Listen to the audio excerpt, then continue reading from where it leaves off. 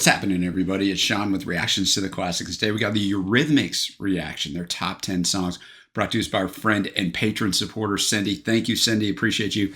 Appreciate all the patrons who make this thing go. If you'd like to support us in any way, check out that Patreon link below, or the patron link on the end screen. We couldn't do it without the patrons. If you'd like a one-time reaction or give a one-time gift, check out our Buy Me a Coffee page, also linked below. Well, as a child of the 80s, I was born in 1971. I'm very familiar with the Eurythmics, although I think I only know about half the songs on here, but I may know more of them.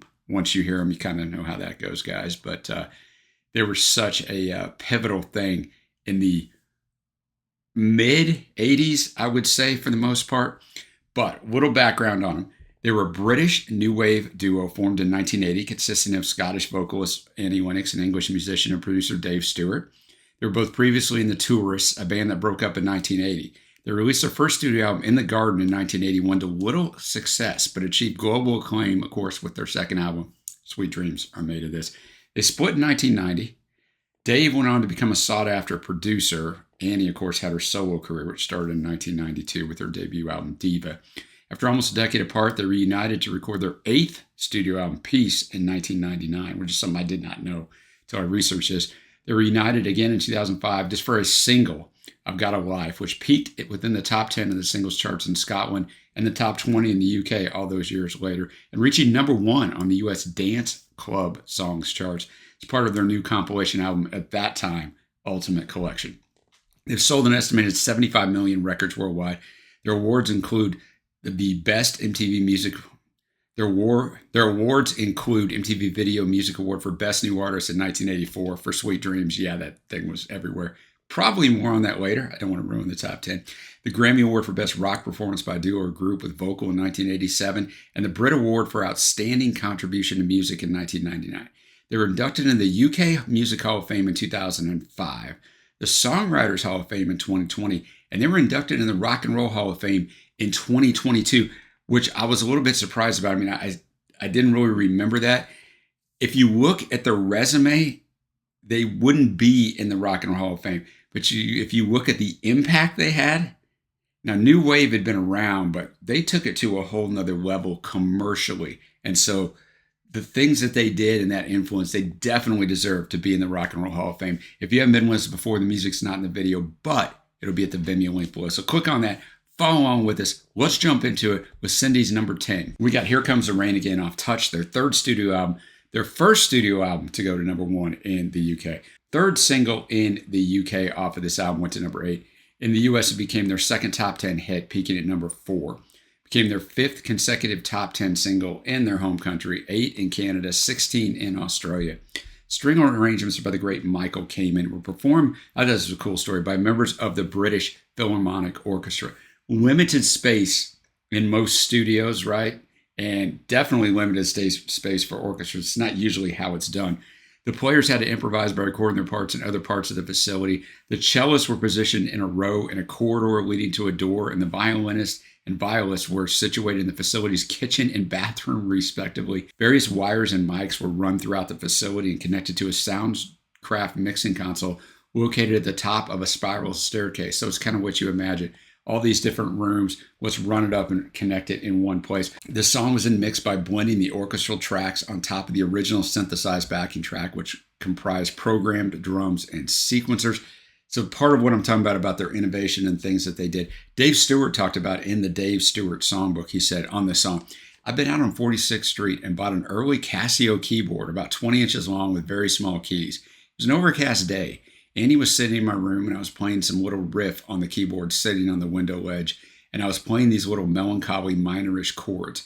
I kept on playing this riff and Andy was looking out the window at the slate gray sky above the New York skyline and just sang spontaneously, Here Comes the Rain Again. And that was all we needed, you see.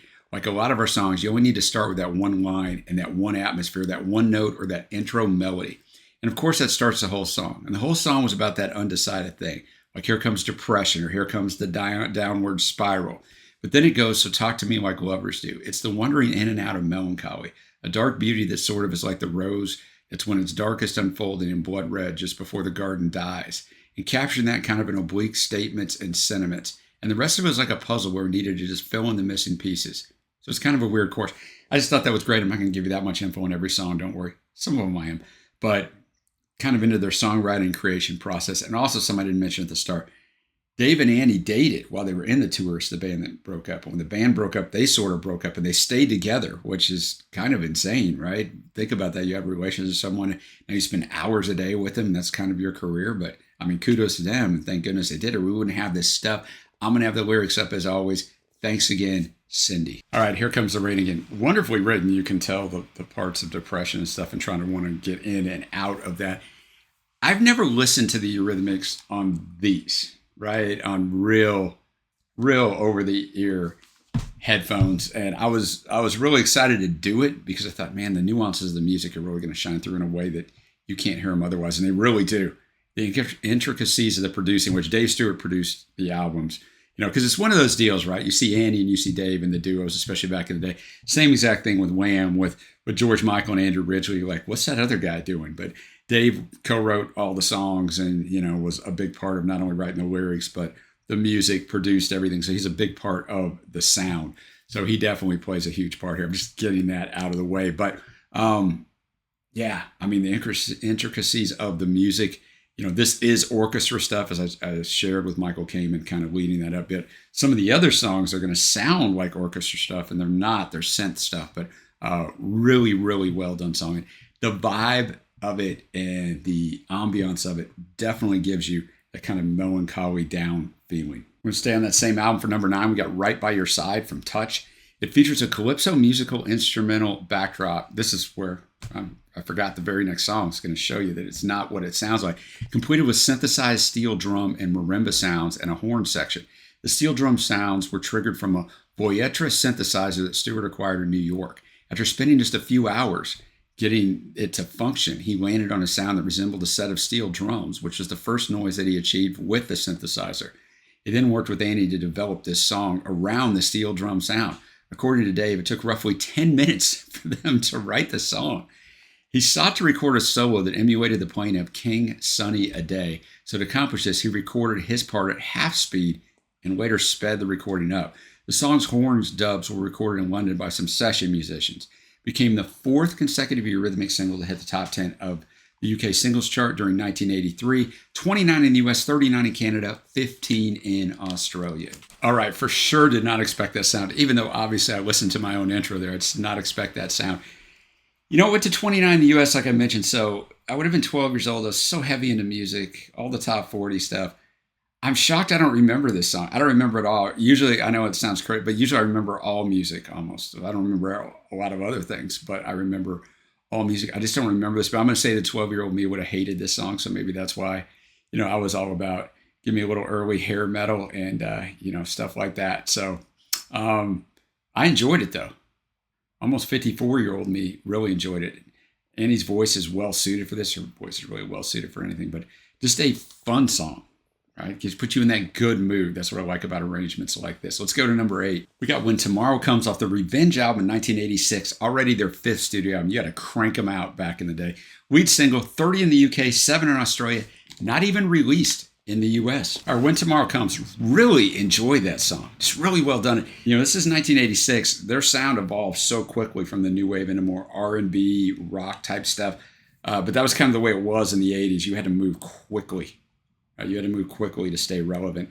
Just well done. The sentiment of the song is basically, I'm going to be there for you. Don't worry about it. All the hard stuff in life. Don't worry. I'm still going to be there in the morning when you wake up.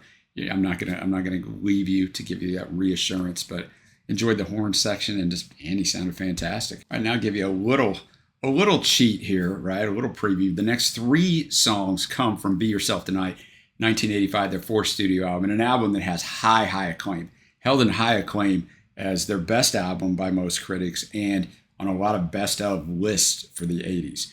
It's All Right, in parentheses, Baby's Coming Back. 4th and final single, brass arrangement devised by Michael Kamen. Became their 10th top 20 hit in the UK, where it peaked at number 12. Less successful in the US, only 78, 37 in Canada, 32 in Australia.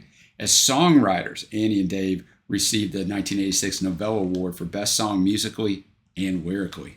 Those are hard to get. Those are prestigious. Once again, a sort of different style than the first 3 songs that we had on here. They had varying styles. Good song, man. Good song. The lyrics, I mean, I thought the lyrics for the last song were better, but the lyrics are still good. But I mean, the sentiment of it is he's back and she doesn't care what he did.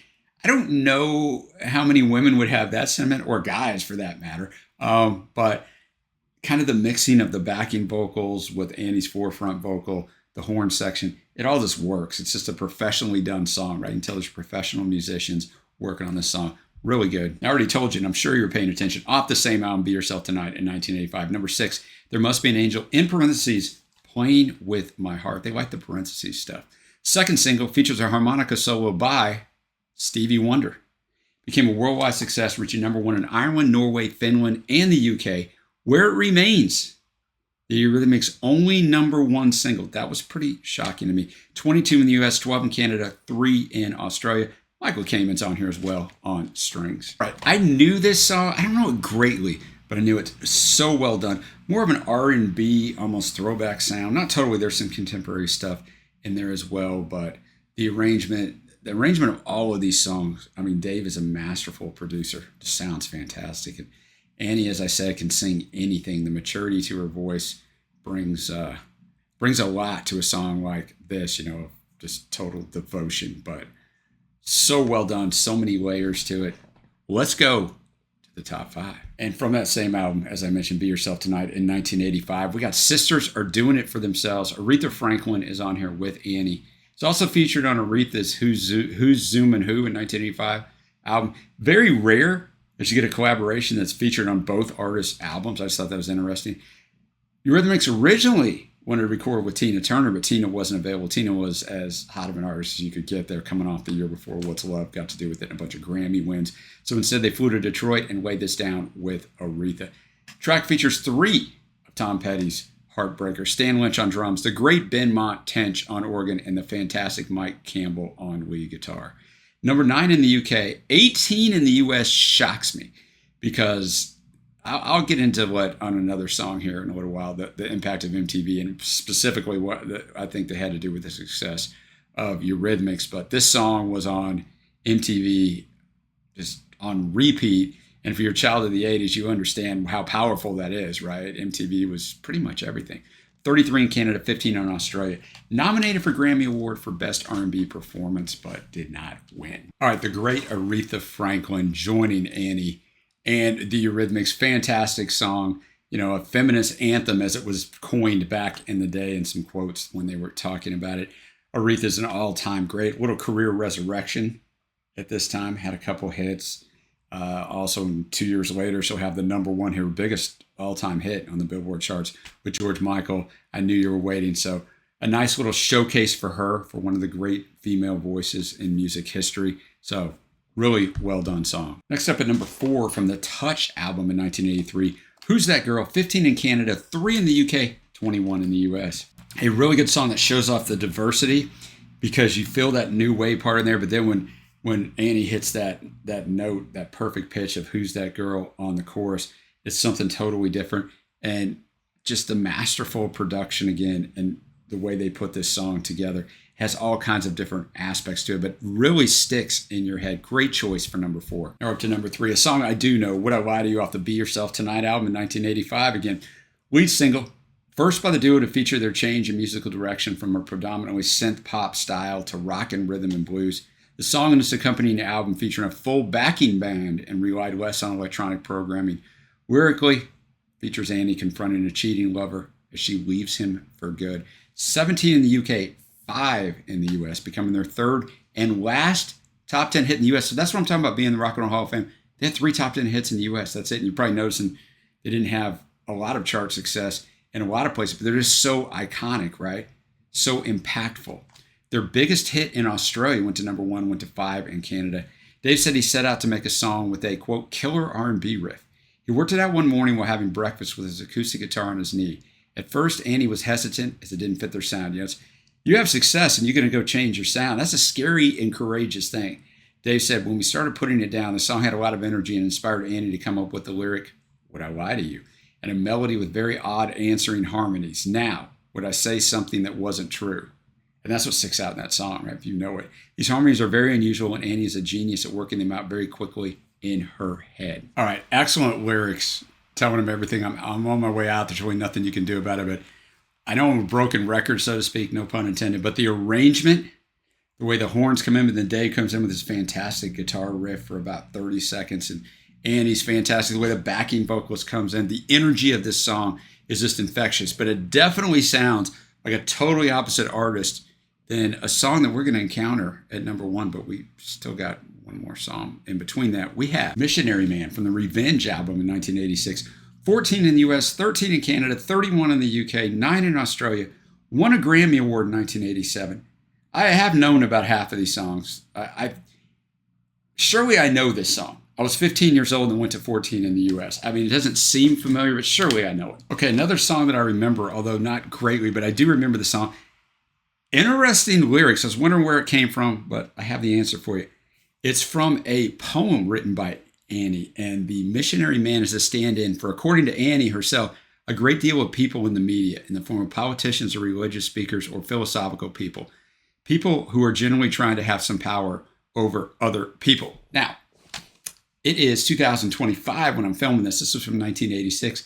That last statement that I just read that Annie said is more true today than it was in 1986, because trust me, boys and girls, I've been around in both of those eras, and people want to manipulate and have you be their followers more than I've ever seen in my life. But a really good choice for number two. Not just because I don't want to say the same thing on every song, but it's so true here, and it's rare.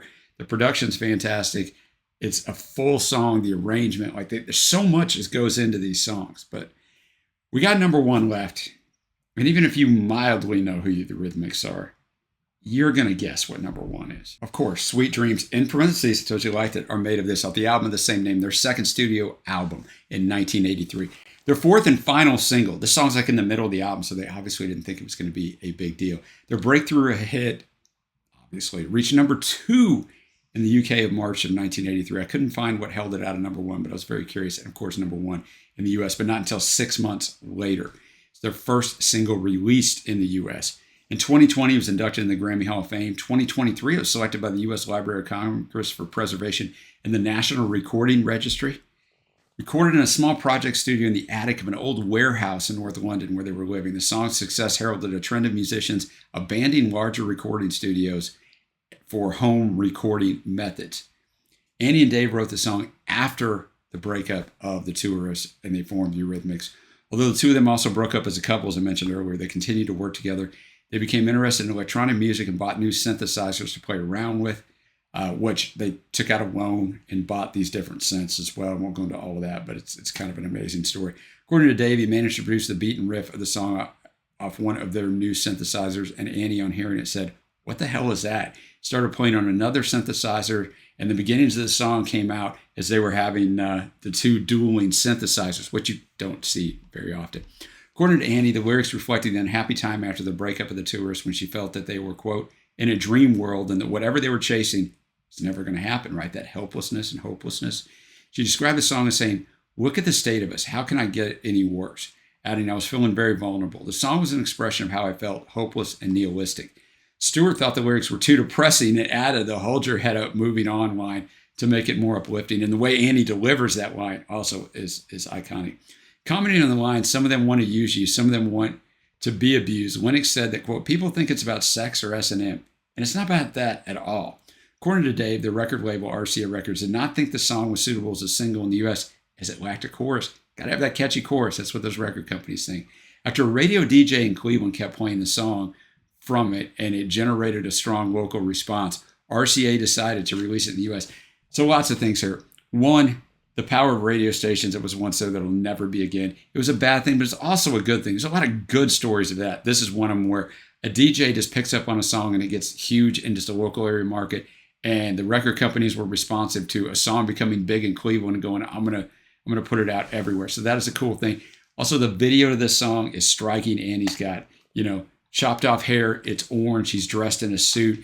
It's got some bizarro stuff in it, and it was on repeat on MTV. And whether you liked it, whether you hated it, it caught your attention, right? It caught your attention immediately. And that was the power of the video age. Now, the artists who didn't have really good music would still have a hit or two if their videos were great, but then eventually talent wins out, right? And so you still had to have a lot of talent, but you needed that video to get noticed. And this is as good of an example as really anything I can think of a video just getting somebody noticed. Maybe Aha in 85 would take on me as well. This song has almost 1.7 billion streams, which is utterly amazing. Now, you may say, Sean, this is an iconic song, but remember, Spotify has really only been a big deal for what, the past decade? This song came out in 1983. So think about 1.7 billion streams on a song that had been out for decades before Spotify ever came along. That's why it's such a powerful thing having that many streams. All right. We got Cindy's #1 Eurythmics song, Sweet Dreams Are Made of This. All right. One of those songs where everything was created by them, right? You have Annie on the Oberheim OBX synthesizer and piano, Dave's on the Roland SH101 synth, Movement Systems drum computer programming. Also, this song went to 6 in Australia, 1 in Canada. The year-end charts for 1983, 7 in Canada, 11 in the UK, 10 in the US. You make the year-end top 10 or close to it, it kind of puts you on the map as an artist. Like, that's a huge, huge thing. This song is fantastic when you listen to it this way and just understand the nuances of it. It's a song that I'm totally sick of because I heard it so much, but you enjoy it in a fresh kind of way when you listen like this, because sometimes songs that we're so sick of, we lose the fact that they're fantastic songs because we just have heard it so much. When you can listen to it in this kind of environment where I'm just focused on this and got these on, it's just so well done. You know, in a short, under 4-minute package. A lot of their other songs have been 4.5 minutes, a few of them over 5. That's fine too, but when you want to create that song with that replayability, under 4 minutes, that's the ticket. They got everything right on this. And without this song, who knows if we would have had any of the other songs on this countdown. Now we'll go to my favorite tracks, somewhat cliched, I know, but honorable mentions, Missionary Man and There Must Be an Angel, Playing With My Heart. Faves, ironically, it bookends this top 10 from Cindy. Here Comes the Rain Again, and of course, Sweet Dreams Are Made of This. But need to know what you think down below. Where do you rank these songs? What's your favorite Eurythmics songs? What should have been on this list that isn't? Remember, this is incredibly difficult to do. Cindy did a great job trying to put a top 10 from artists together. I get comments all the time.